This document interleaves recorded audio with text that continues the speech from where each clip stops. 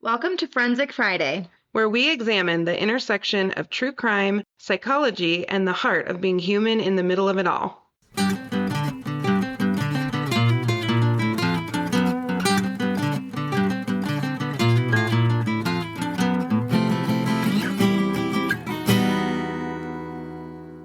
Look at my eyebrows. They're not too bad this time. No, they're not. They're like a little dark, but my lashes are growing like crazy. I've been putting a serum on them. That's And great. the red light. I have my mask. I actually put the thing on. I put lash serum on and then put the mask on. It's Great. wild. I think I'm looking younger by the minute. I have an intro question. It has nothing to do with crime Beautiful. or Well, incel. hello. Hi. I've missed you. Hello, forensic friends. I'm losing my mind. I have my unhinged hat on today. Nat is unhinged today. I'm unhinged She's unhinged because permanently, I think. baby things, maybe permanently. I think hopefully it's not a forever thing, but it's a permanent thing right now. Well, I haven't bounced back yet, so I'll let you know when that happens. Oh, perfect. I'm unhinged today because the shipped shopper delivered the wrong order and then got her car stuck in my end of my driveway. Did it break down or was it like weather? No, it broke down. Hmm. It's sunny and 70 outside. I was like, I don't know how to help you. Oh Also, my this is gosh. the wrong order. It's sunny and 70 outside. Figure it out. I mean, it's beautiful. She's fine. I was like, this is not the order, but Yeah, at she had least it's already not bad delivered my weather. order somewhere else. So Yeah, it's great. It's not bad weather. It's fine. it's all fine. We're Well, celebrating Tina I tomorrow. had my oh yeah, you have Tina's birthday tomorrow. Uh-huh. I was switching laundry, putting laundry in the dryer, Yeah. and I hear this massive bang outside. Oh no. I run outside.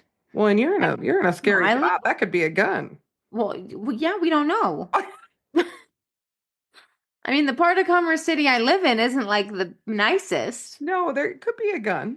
So I go outside and it's like someone with those cars that, they sound like a gun kinda.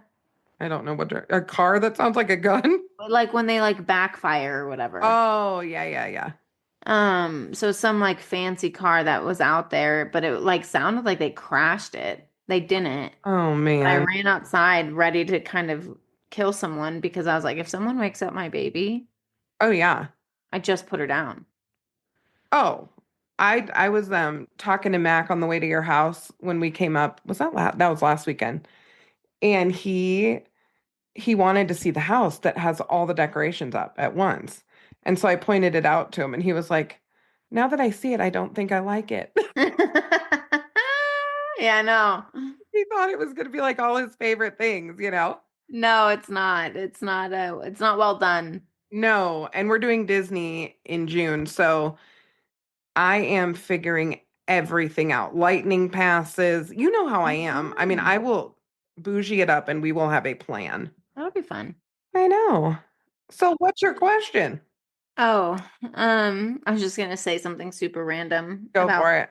not being pregnant anymore. I have like the loosest skin in places that I never thought I'd have loose skin. Yep, yep, that'll happen. I'm like, what is this? Are you Anyway, adjusting? Do you feel like when you stop moving, things still move? That will get better. like in my body? Yeah, like I Yeah, felt that like for a while. liquid. When I Yeah, oh rock yeah, her, just I can like hear the liquid just sloshing. very weird. I'm so sorry to our listeners. That's so real. Also, our listenership is about 75% female, 25% male. So if you're a dude, you love a woman. Your mom Yeah, went through this. Get over it. It's okay. it's If you're a fine. woman, if you know, you know. It is yeah, exactly. Okay, the question I have, it obviously has nothing to do with I almost said session, our It feels episode like a today, session but today. I know. But what is your most embarrassing fear slash phobia? Oh, I have so many. I'm really just a big baby. I think birds are pretty freaky. I was under a raft one time. We went whitewater rafting and couldn't get out from under it, and that was pretty scary. Oh gosh. Embarrassing? It scares me. You know what? It's gonna be funny, but probably snot.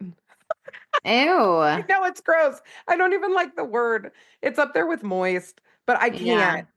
Honestly, like it's just real hard for me. I would rather deal with poop, Like throw up. throw up, anything. Well, throw up is hard. That's a hard one too. I remember one time Mac threw up on me. I had to get in the shower because I'm like dry heaving the whole time. And Oh. Garrett comes running in and I'm like, take the baby. And I threw up down like in my shirt. Like the Oh, only option was to no. shower. Now the good news was he was really little, so it was just like a milk throw, but it was a lot. It was It was a lot. And I was like, oh, yeah, that's probably one of my bigger Mm. fears. Okay. I was Hmm trying to think of mine. I got over it when I was pregnant though, because I threw up every day. So now me throwing up doesn't Um, freak me out anymore like it yeah. used to. Yeah. I don't like throwing up. What's yours? Um, well, I wouldn't, I mean, yeah, I don't like bodily fluids either most of the time. We all know you hate spiders. That's not new. Yeah, I'm not Or gonna say that's not that one. embarrassing either. Everyone's scared of spiders. Well, I have this one thing that I'm always like it's very irrational, but I'm like low key scared that I'll have something wrong with me and no one will tell me that something's wrong. I will always tell you. I commit to tell you. But it's like If what you if have a I'm boob like out, no, like what if I'm like certifiably insane oh. and no one will tell you? You know what I mean? Well, it did take me 40 years to figure out I have ADHD, so maybe I'm not the most reliable. But I don't think you're No, I know. I mean, I don't think I am, having a mental that's health like crisis, but if but you that's like are, my fear is like, what if I like end up losing my mind and people are like, they're like really nice to my face, but behind my back they're like that, that chick, she's nuts. oh, what a sad fear. I commit to tell Kind of you. If you funny. lose your mind, I will tell you. Thank you. You're welcome. Appreciate Will you that. tell me also? Yes.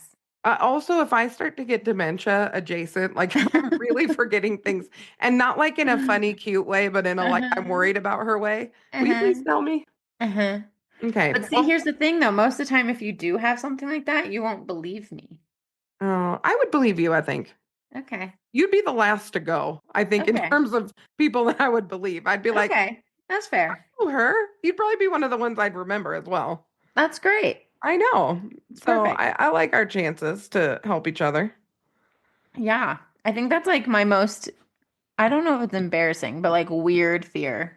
Yeah, it's a weird You one. know? Well, another thing I'm afraid of. Look at ready for my I'm excited for this. Yep. segue. Men that think they're entitled to sex. So let's talk Oh, about incels. dude, I just saw a TikTok. Oh my gosh. I just saw this TikTok and this freaking dude. Oh, I I can't. It cannot. takes everything in me not to comment on dumb people's posts Uh-huh. because I don't want to give Forensic Friday a bad name by being an asshole. 100%. We have people for that though. I'll have somebody else do it. Yeah. So but this guy was like, God, I wish I remembered what he said, but I almost commented like, it's guys like you that just ruin everything. But I didn't Everything. say the thing. You're what's wrong with the world, sir. You are what's wrong with the world. He Uh-huh. was like, what did he say? He was like, oh, something along the lines of, um, basically like that same thing that you and I listened to forever ago that Morgan sent us. Oh, the Andrew Tate thing. Yeah, but it was the other dudes, like the two guys on the Oh, yeah. it was like something similar to what they were saying around if you want to be my main girl, you can't get jealous that I'm sleeping with other people type of thing. Oh my It's gosh. like goes into that main girl thing where I can see other people, but you can't see other people. Yeah. I'm like, and he said something like, if you're gonna be like that, then you're not gonna be the main person in my life. But if you can just accept it, Mm. then we're chill and things will go really well in our relationship. And I'm like, I just want to kick you in the teeth. So I consented or consented What?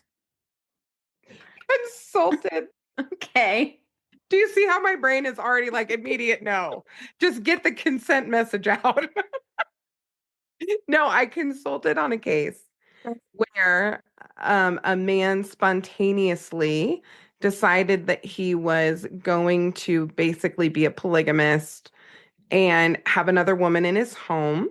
Hmm. He has a bunch of children. And basically, his wife became kind of a servant in the home in Mm. order to be with the children. She had to accept this lifestyle. Oh gosh. I had to use all my skills to be as neutral as I could be, Hmm. even in the consultation. But I was really thinking about what would it be like to be with a man who started to have these beliefs or shifted into this belief system, Hmm. right? Or maybe a family member like a brother or your dad or whatever starts to shift and get kind of militarized in this way. It would be really, really hard. Yeah.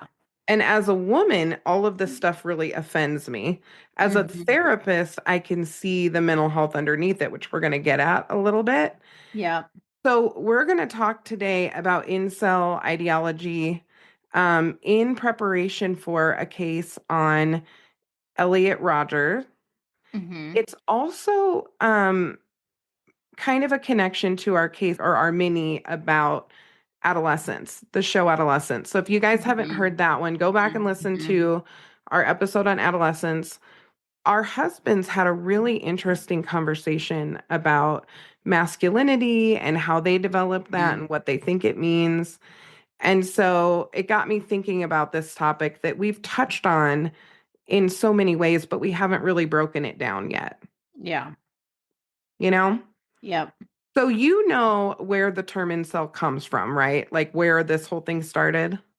Uh, I don't know if I know where the term comes from. Oh, get ready. Remind me, because I did a bunch of research a while back, but I don't remember, honestly. So this is so twisty in so many ways because it was actually a woman, a Canadian woman in the 90s Okay. who came up with the term to connect with people who, like her, were struggling with finding romantic relationships. Okay. So, what she was trying to do is actually really beautiful. She was trying to create a supportive community online for Hmm. people who were lonely and involuntarily celibate. Okay. So, they couldn't find their person, they couldn't have the sexual relationship they wanted, but it was meant to be supportive, Yeah. you know? Kind of like And a it was, singles group a little bit. yes, and it was a woman who came up with it. Yeah. Over time, though, the term got co opted, twisted. Platforms like 4chan, which Gare called a cesspool, I'm pretty sure. Okay. And then there were dedicated forums online. The focus of the term shifted and twisted into a shared experience of bitter resentment directed towards women. Hmm. That's really what it is at this point. Incel ideology is built on that. Okay. Here's basically the fundamentals of incel ideology. The bottom line thing is misogyny and entitlement. So basically, their central kind of belief is attraction is based purely on superficial factors, mostly looks. And then they characterize people into these real rigid categories. Yeah. So you have the Chads, which does make me laugh because I have an issue with Chads anyway. I'm sure Right. there are good Chads. I don't know any at this point in time. So you have the Chads. Conventionally, I am trying to say consent in every word that I'm saying. Conventionally attractive, sexually successful men. It's weird to think of a man as sexually successful, but that is the way that incels look at the world, Right. Right. Right. right? We have success in all these areas, but one of them is sexual success. Yeah. And then the other kind of category is the Stacys. Okay. And the Stacys are conventionally attractive women who supposedly only desire Chads. Incels see themselves as kind of inherently unattractive and that they're denied romantic and sexual attention by the shallow Stacys. So it makes them really angry, really resentful. They kind of generalize it to society, their frustration with society, and that women owe them relationships. Hmm. Rejection is not a personal incompatibility, meaning like it's not that someone doesn't like me, it's that the system is unfair. Okay. So the victim mentality fuels a sense of powerlessness that leads to dehumanization of those they feel have wronged them, particularly women. Hmm. So that all makes Yeah. sense, right? Makes total sense. I remember the victimization piece being a huge component of incel now. Yes. Yes. Like feeling like they're victim to not having that type of success. And I don't think people understand the connection between a victim stance and violence Hmm. like you and I do. It's one of the first things we start deconstructing with a Hmm. domestic violence client. Hmm. If they feel that they're the victim in all of these things that have happened, they are way more likely to recidivate and continue to be violent Mm. or become violent if that belief system is strengthened or gets Yeah. bigger, Yeah. right? So there's a couple of key catchphrases and characters. And this is going to be important for our discussion and also for the Elliot Rodger case. Okay. So basically, it's called the incelosphere. So, you have the manosphere, Yeah. blah, blah, blah. The incelosphere has its own archetypes and terms. So, we already talked about Chad's sexually successful. Yeah. An incel's attitude towards a Chad is typically like disdain and envy, which Okay. even those two things together are kind of funny. Yeah. Well, it's interesting because incel, like, there's a lot of incel. So it sounds like they hate those types of guys, but they also hate women to some degree. Yes. Yes. Okay. Stacy's attractive, often vapid women who only desire Chads. Mm.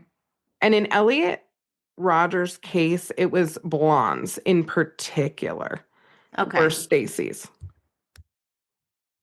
which is just interesting. Yeah. A beta, so like on an alpha beta Uh-huh. continuum, a beta is an unattractive person who is on the lower end of every spectrum. But then they also have a superiority complex about their inferiority complex, which Okay. is kind of funny. So basically, it's like if you are a beta and an incel, then you want to be the most beta person around and you take pride in being a beta. But then they also think they've been treated unfairly. So, like, they're Mhm. entitled to sex, they're a better partner candidate than a Chad. But then they also, at the same time, recognize that they are betas in the system and they're pissed about it. Okay. Does that make sense? Yep. Then there's normies. Normies are normal people that haven't taken the pill, any pill, not Hmm. red, not whatever, and they exist outside of the continuum and they're not aware of their status. Interesting. So Gareth said, I was like, Gareth, so like, who are those people? And he's like, people who aren't obsessed with sex and or feminism. And I was like, oh, good to But know are it's normie. single. Yes. Yeah. Single, but not obsessed with any of the things. Well, not even single, just a normal human who's not participating in any of this. Oh, okay. They might live in it because incels believe that's the society, Hmm. but they don't know. Like they don't understand, which is where this starts to get into red pill, which I'll get to. Okay. Looks maxing, looks maxing, like Okay. looks, maxing. Okay. The obsessive pursuit of improving one's physical appearance, often through drastic or unrealistic measures, believing that the only way they'll ever be accepted is physical appearance.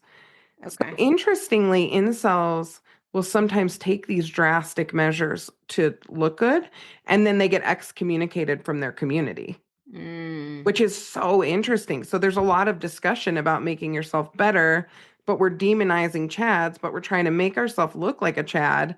And then if Right. we do look like a Chad, we get ousted by our friends. It's Right. it's complex and nasty. Yep. Then there's the black pill. Have you heard of the black pill? No. The fatalistic belief that one's inherent unattractiveness is unchangeable and any attempts to improve it are futile. This often leads to despair and further radicalization. Okay. So the black pill is like a nihilistic incel. Wow. Like it can't improve. I'm not even going to have a conversation about improving. So then AWALT, all women are like that. Okay. Oh, That's what it okay. stands for. Got it. And it's a sweeping generalization used to justify their negative views of women. So they're basically like, all women are like that. And they just mobilize under this, which is Cool. hilarious.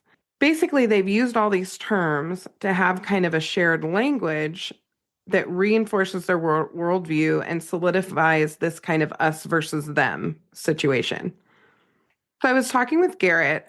Have you ever heard of the metaphor like crabs in a bucket? No, I've never heard of that. I hadn't either. So Garrett helped me figure this out. And what he said is the crabs in a bucket mentality, or sometimes people call it the crab mentality, is a social phenomenon where individuals try to prevent others from achieving success, even if it wouldn't directly benefit them. So, like, I don't Okay. want anybody to be successful. Basically, if I can't have it, neither can you. Even if somebody else succeeding doesn't hurt you, you don't want them to succeed. So it's jealousy, envy, insecurity, all this stuff. Nobody's helping each other in this movement. It's kind of like misery loves company. And the crabs in the bucket is if you put a bunch of crabs, have you ever seen crabs in a bucket? Yeah. They try to climb out, which is terrifying. We have to share with them that TikTok video of the woman where the crab escapes the pot and she's standing on a chair, like screaming with this big What? knife, and this I've never crab's heard. like looking at I've her, like never throwing seen hands. this. Oh my gosh, I'm gonna send this to you. You Okay. will laugh so hard. Make sure you're not holding Gray when you watch this because it is Okay. that funny. So basically, when you have crabs in a bucket, they'll pull at each other and pull each other down if one tries to climb out. Okay. Oh gosh. So they almost keep themselves in the bucket. And think of that as the incel bucket. And the incels are the crabs keeping each other in it. So they have a tendency to hinder people's progress rather than support it. That makes sense. Right? So underneath the obvious, like, I don't know, loneliness, right? The Hmm. entitlement is the part that I think makes me the most nervous. So people who are lonely have an increased of risk of all kinds of things, anxiety, depression, suicide, all the things. Yeah. But the entitlement is where the violence towards other people sometimes kicks up Okay. because it's about retribution for their status as being involuntarily celibate. That's why incels go from being a support group to a hate group, Hmm. right? Support group Hmm. says we're all lonely, we can commiserate and maybe have a safe place to be, which is what the woman who came up with the term incel was looking for. Instead, it's become a hate group, a He-Man woman haters club, Yeah. Yeah. Yeah. right? Good reference. Also, and we joked, and this is in the bloopers too, but Uh-huh. about somebody being in their basement, being a troll, drinking milk in their Oh mom's yeah. basement. Uh-huh. Yeah. This is part of, I think, why people get more and more bold online is Uh-huh. because they're safe behind a keyboard. Uh-huh. And it's very hard for law enforcement and even platform moderators to help Mm-hmm. with that. Mm-hmm. It's a lot to try to monitor. So, one question that I have for you, Nat, is how have you seen this show up? Obviously, we've seen it a little bit with some individual clients, but how have you seen this show up more and more in the last couple of years in your clients? Are we talking about incel or like the red pill? Kind of the incel sort of the misogyny that underpins incel. So maybe not incel directly, Yeah. but the misogyny that I think has come out of the incel movement and some of these other movements that we are now Yeah. seeing Yeah. with an increase in domestic violence. Yeah. What are you hearing in your office? Like, what kinds of things make you think, oh, Well, and it's not necessarily the incel piece because, like, it's not that the most of my people aren't single that I work with, but it's more around, like you're saying, the misogynistic viewpoints. Kind of like what I started with that story with that person on the podcast or who on TikTok, mm-hmm, right? Like this idea of entitlement. And it's like, people will say, whether it's in my office or just in general, I've heard men say, like, oh, well, a woman wants like some big tough man who takes control until she doesn't. It's like, no, that's not really what they want. Mm-mm. But I see that show up sometimes in like couple sessions where Mm-hmm. that dynamic comes out. And I think a lot of men miss the point. It's not that Mm-hmm. women want some passive human, Mm-hmm. but it's we don't want someone who takes control in a controlling sense, if that Yes. makes sense. It's I want you to be in control of yourself. Yes. And I want you to have, not only self-control, but be able to, you know, not just self-control within your home, but self-control outside of your home too. Does that make sense? Absolutely. And Yes. so I think a lot of times men misinterpret this idea of what and we kind of talked about this in our last episode, right? Like the masculinity part of it. It's like women want someone who can be masculine, Mm-hmm. oftentimes, not all the time. But masculinity isn't necessarily what a lot of people think it is. Yes. Makes sense. That makes total sense. So I think I agree. I think we've seen this show up increasingly in our DV offenses Mhm. where the man is trying to take power because they feel entitled to the power, and the victim had the audacity to not give it to them. The victim wouldn't give them something that they wanted that they felt entitled to, whether it's sex or whatever, and we see that more and more in our office. I was doing an eval with someone. This also like connects with some white supremacy stuff, which we're going to see with Elliot Rogers on Friday. But I was working with a client who had some pretty radical white supremacist stuff. It was just an evaluation years ago. And some of this started to come into the narrative. Well, I had an intern, and the intern starts like looking at me funny, and I'm like, I don't know what's going on. Maybe she's Hmm. seeing something I'm not seeing. So Uh-huh. at the end of the evaluation, we kind of debriefed, and I was telling her what I was seeing clinically, and she goes, "That's incel." And I Oh, was like, interesting.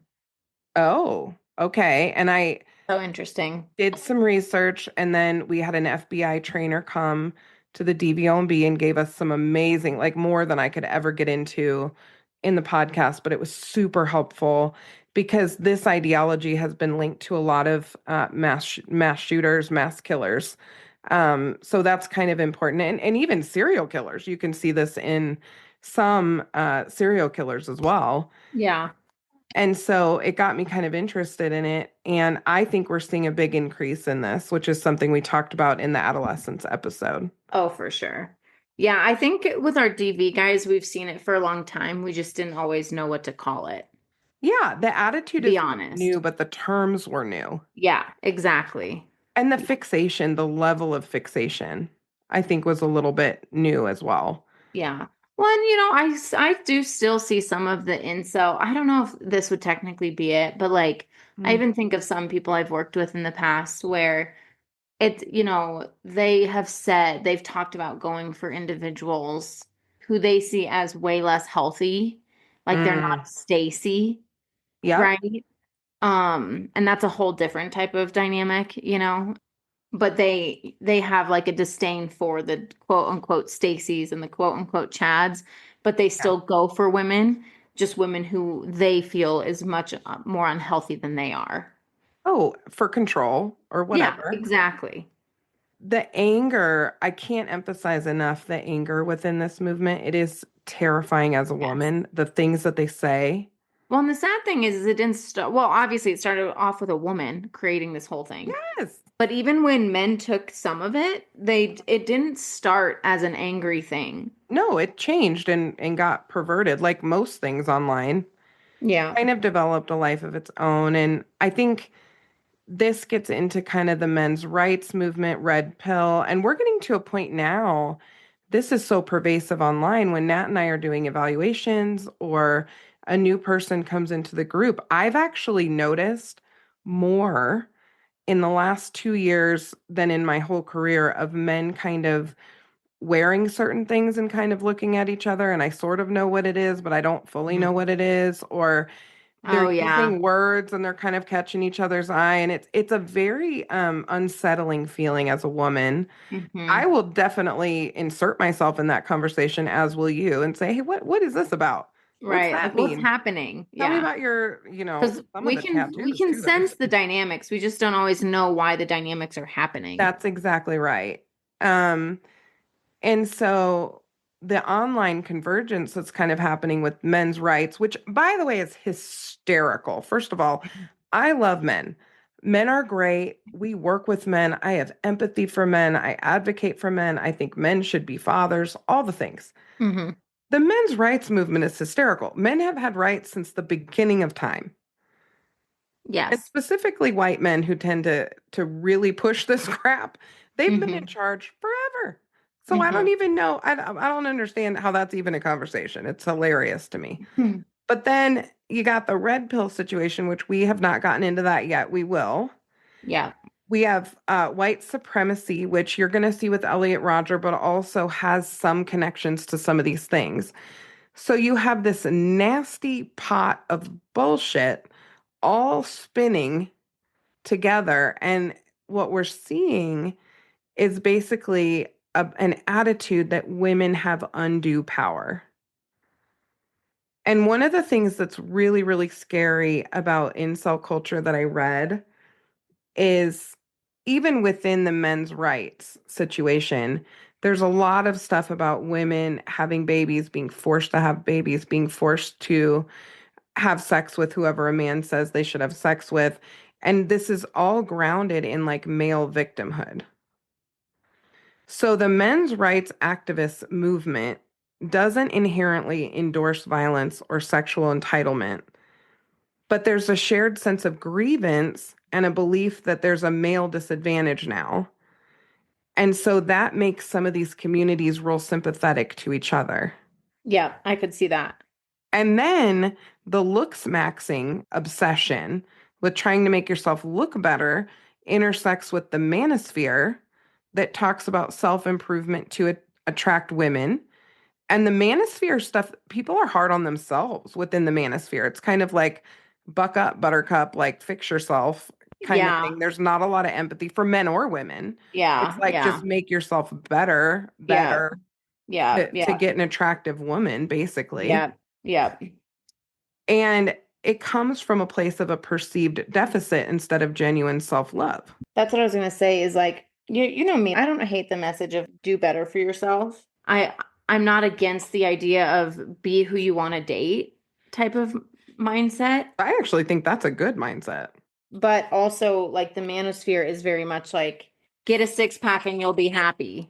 Yeah, and that's all women care about anyway, which over because women okay, in the manosphere, women are not super respected either. So it's like get a six pack, get an attractive woman who makes you look good, and you're smarter and more powerful anyway. What happens with all of these kind of undercurrents online is they end up intersecting in different places. And because they all kind of have a common enemy in feminism and female power, obviously women get dehumanized, they're viewed as the enemy. And if you dehumanize a person, it's much easier to mistreat, abuse, rape, kill, whatever, right? And Yeah. so Yeah. the thing that's a little bit concerning is as they converge, everything is getting more extreme, and you have to say more and more and more extreme things to get noticed, to get Mm. followers, to get input, to get Yeah. whatever Yeah. attention. And with Elliot Rodger, who we're going to cover on Friday, he was not accepted within the incel sphere very well. People made fun of him. I mean, Mm. even within that sphere, he was kind of bullied. Mm. Then he was kind of worshipped after he did what he did, which is what we're going to Mm. talk about on Friday. So Yeah. it's important to have some of this background to sort of get what they're talking about. And there's even more terms. I just took the The most basics. basic. Yeah. There's terms for what an incel, like a nerdy girl, like a girl that an incel a girl who might like an incel but might not be good enough for an incel Mm. looks wise. They Hmm. have names for that. They have Hmm. names for everything. So it's a weird underworld, Yeah. you know? And Yeah. so I want men to feel confident and like they have value and that their strength is Mm-hmm. important. All of that is great with me. Mm-hmm. But I draw the line at men are more deserving of anything over women. That's ridiculous.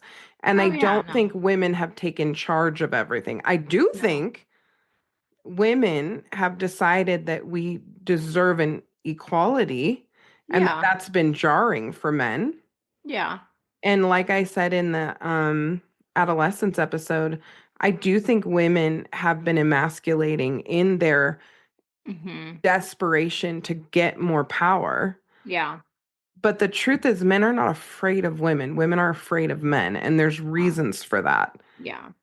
Yeah. And so I can understand why a woman would look for any way to gain power. I don't appreciate men doing that because they have power. Mm-hmm. They were born with power, Mm-hmm. Mm-hmm. even just in stature. And it's Yeah. interesting. Stature's a big deal in the incel community, like smaller guys. And we've all heard of little man complex, which is not a nice thing to say. No. I know short and big men, they're all great. It's fine. Yeah. Yeah. But that is a big thing in incel culture is, I can't overcome my size. Oh, Um, interesting. yeah, So is it a bunch of men who feel like they're on the short end of the stick or something? uh-huh. Literally The short. short end, the short end of the stick.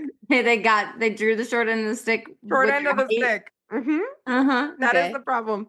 And so I think that's one of the things that gets talked about a fair bit in these communities. Elliot Rodger was small. He was like 5'7", 135 pounds. Mm. Um, so there is kind of this like issue that some men have when they're smaller. And How big was Andrew Tate? ooh, how big is Andrew Tate? Yeah, let's Google it. I mean, I have my theories, but I'll pull them up. How tall? 6'3", Andrew Tate. Shut the hell I up. hate him. He's such an idiot. He's such an idiot. Why in the world? Why in the world? Is he one of these dudes? Yes. Well, I mean, height's not the only thing. Well, and he is a former kickboxer. I didn't know that. I know, but that doesn't say anything either. I know a lot of kickboxers who are great. I just think it's like, yeah, it's just like this idea of entitlement. And like you said, like they say these crazy things to get followers and get, likes and Mm-hmm. dislikes, just to get media attention. But it's like, even if that's how desperate we are to become famous, and what are we doing? But Mm. um He just posted 6 hours ago, just for grins and giggles. what'd he say? You don't need therapy. You just need to rent an entire racetrack and drive your, I don't even know what kind of car this is, Pagani Hyura BC round in circles for a few hours, planning revenge on your enemies. Thanks for that, Andrew Tate. You're a winner. He's so dumb. Oh my God. And you know what? He's got like 200,000 views. And this was today, a couple hours ago. Yeah. I just, Well, here's the thing though. When you say crazy things, people like seeing it, I know. you know? Well, and he fully owns the fact that he's a misogynist. I mean, that's Yeah. not, Yeah. it's so interesting to me because it's become so blatant. It was a little bit more when I was trained by the FBI trainer, it was definitely more of like it was a little more secretive. It was mostly online. People were not talking about it openly outside of the online Hmm. communities. This guy is like a personality in this sphere. I mean, it's really, as a woman, I don't like this one bit. And I'm looking at you holding your baby girl. I know. He said if a man ever treats her like that, Okay. Couple things. oh, First I of know. all, Like they won't see the next day. she is 2 weeks old. Okay. Hmm. But any man who thinks he's going to step to baby Gray is going Has to have to something get coming. through layers of pain, I know. and it's coming from everywhere.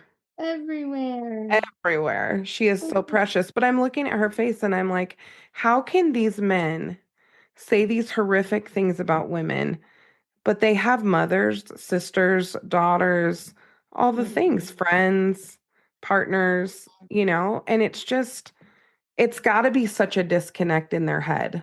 Mhm. It has to be. Well, it's what you and I've talked about with some of, with the dynamics of DV. People ask us, oh, or they'll say, "Oh, that must be so scary to work with individuals who Mm. are domestic violent offenders." And I'm like, "No, it's not, because they're not mad at me most of the time. No, it's so true. If anything, they're very They're protective of protective. us. They're Uh-huh. protective of us. They're protective of their moms, their sisters, their family members, but their partners, they're not protective of. Yes. And they're critical of their partners. Yes. And so I would believe that Andrew Tate's probably his mindset also falls into that kind of dynamic. Well, and Andrew Tate's the kind of guy who's going to be like cleaning his shotgun on the front porch when somebody comes to date his daughter. I don't even know if he has a daughter. You and I have talked about how Hope he our doesn't. our dads raised a couple badass women. They just Yeah. did. Yeah. We're forces of nature. My dad never treated me like he had to interrogate someone I dated. It's the stupidest thing ever. My Right. dad knew that if a man couldn't get through my own interrogation, then he'd never Yeah. even have to talk to him about it because mine's Yeah. going to be better, harder, faster, Hmm. more direct. Well, and here's the thing. I don't care if someone's protective. Like my dad would used to joke, like when I would date, he would sit on the porch with a gun. He would never do that. No. But he would joke about it. And I don't, it's not about the protective thing for me. You can be protective of your people, especially your kids. But at the end of the day, instill those skills in them. But here's the problem. If you act like they're not okay without your protection, they Oh don't yeah, no. know that they can keep themselves safe. So, Well, that's what I'm saying is like oh, this is the instill this. conversation that happened when you were gone. I didn't tell you about this. So, in our group last Hmm. week, we had this big discussion about this. Hmm. And we talked about, no, 2 weeks ago, we did the what women do in a day to stay safe and what men do. Okay. And we had that conversation. And one of the men in the group was so sweet. And he talked about how We did that protective. when I was there. Were you there? Did you guys do it again? Were you there when we talked about how protective one of the members is of his daughter?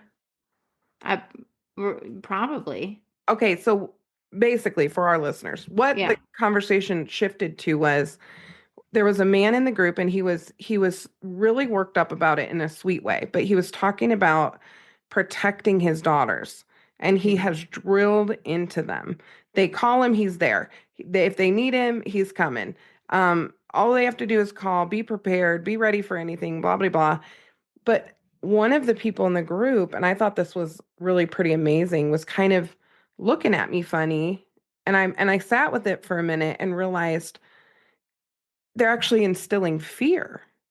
Part of how Mm. we raise women to Hmm. be afraid is by acting like they can't protect themselves, too, Yeah. that they need a man to protect them. I am not, listen, my husband's ginormous and it comes in handy. We've talked about this. Hmm. But really, true empowerment of women is helping them understand Yeah. you can keep yourself safe to the best of your ability. The Well, and world that's is not all scary for women right. because we are socialized around fear, which affects how we are in our relationships. Actually makes Right. us reactive. Well, and that's what I was saying about like it's okay to be protective because here's the thing. Mm-mm. I appreciate when people are protective of people. Like I'm Mhm. protective of you, you're protective of me, my Oh, husband's for protective. sure. Right. And so it's not about the protective thing for me, but what I was saying is like, but you also need to instill those skills Yes. into your children, whether they're a little boy or a little girl, it doesn't matter. Yes. And Still those things into them to protect themselves. You can be as protective as you want. Someone messes with her, I'm stepping to the plate. oh, But 100%. Yeah. at the same time, I'm still going to also teach her how to protect herself. Well, and I think we need to teach, well, first of all, we need to make the world safer for women, Hmm. but then we also really do need to think about how we socialize women.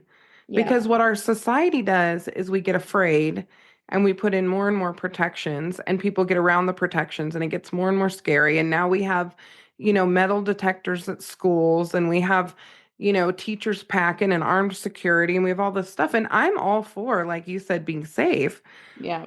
but we're not getting at the underlying issues. And if we don't do that, women are going to continue to be reactive. Because if you really boil down a woman's reactivity, Mm-hmm. and the thing that's driving men crazy and the reason that female DV rates are rising is Mm-hmm. because women are figuring out that they need to protect themselves. And men are not liking that, as Mm-hmm. women are getting fiercer, stronger, faster, more angry, and they're clamping down even harder. And we're having some of the most horrific co-combative DV offenses I've ever seen in my career. And so Yeah. Gnarly. at some point, society needs to shift, and then we can raise our women and raise our daughters to be women that don't have to be afraid of everything, Mm-hmm. because that fear is reactive in many ways. We either Yeah. look for strength to protect us, or we become the protection in many ways. And neither of those is super healthy, No. No. you know?